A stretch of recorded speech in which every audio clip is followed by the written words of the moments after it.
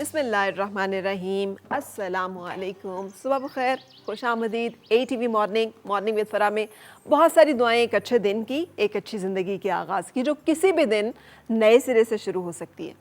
ہمیں زندگی کو گزارتے ہوئے ایک چیز اور ایک ایلیمنٹ کے اوپر خوب دھیان دینا چاہیے، اور وہ ہے روحانیت۔ ہم سمجھتے ہیں روحانیت اور تصوف جو ہے یہ کچھ مخصوص حلقوں میں، کچھ مخصوص جگہوں پہ، کچھ مخصوص طریقوں سے ہمیں حاصل ہوگا۔ یقینی طور پر درجات فرق ہیں، مختلف ہیں، راستے، طریقے، انداز، لیکن ایک چیز جو کہ انسان کو انسان کامل بننے کی طرف لے کے جاتی ہے اور انسان کامل کے اسوہ اور راستے پہ چلنے کی طرف لے کے جاتی ہے، وہ ہے انسان دوستی، انسان سے محبت۔ آج کل کے دور میں اتنی فرسٹریشن اور پریشانی ہے کہ ہمیں ہر شخص جو ہے وہ الجھا ہوا، پریشان، مضطرب دکھائی دیتا ہے، اور اس دور میں خاص طور پہ ہمیشہ کی طرح اس چیز کی ضرورت بہت زیادہ ہے کہ ہم وہ انسان ہوں کہ جس کے ساتھ کوئی بھی اپنا دکھ درد شیئر کر سکے، اپنی بات جو ہے وہ کر سکے، اور اگر نہیں بھی کرتا، کوئی آپ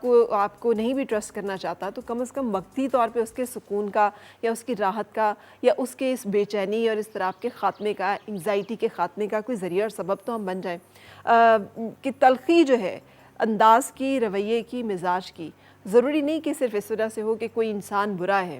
یہ بھی ہو سکتا ہے کہ کوئی انسان بہت تھک چکا ہے، کوئی انسان جو ہے وہ بہت زیادہ الجھ چکا ہے، کوئی انسان جو ہے بہت زیادہ پریشان ہے۔ وہاں پر اگر آپ چلے جائیں نا کسی بھی ایسے حلقے میں جہاں روحانیت کا جو لوگ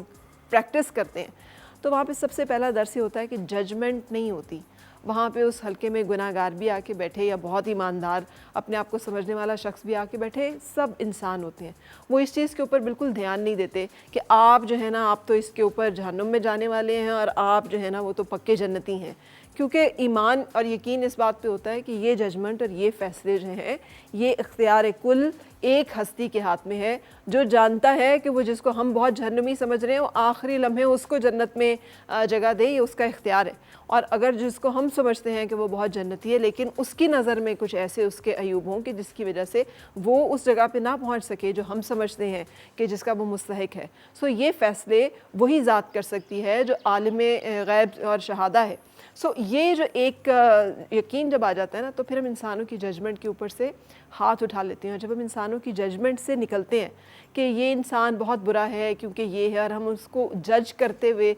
جو ہے اس کے ساتھ رویہ یا معاملہ نہیں رکھتے، تو پھر ہم انسانوں کے درمیان جوڑنے کا ذریعہ اور باعث بن جاتے ہیں، جس کی کہ ضرورت ہے۔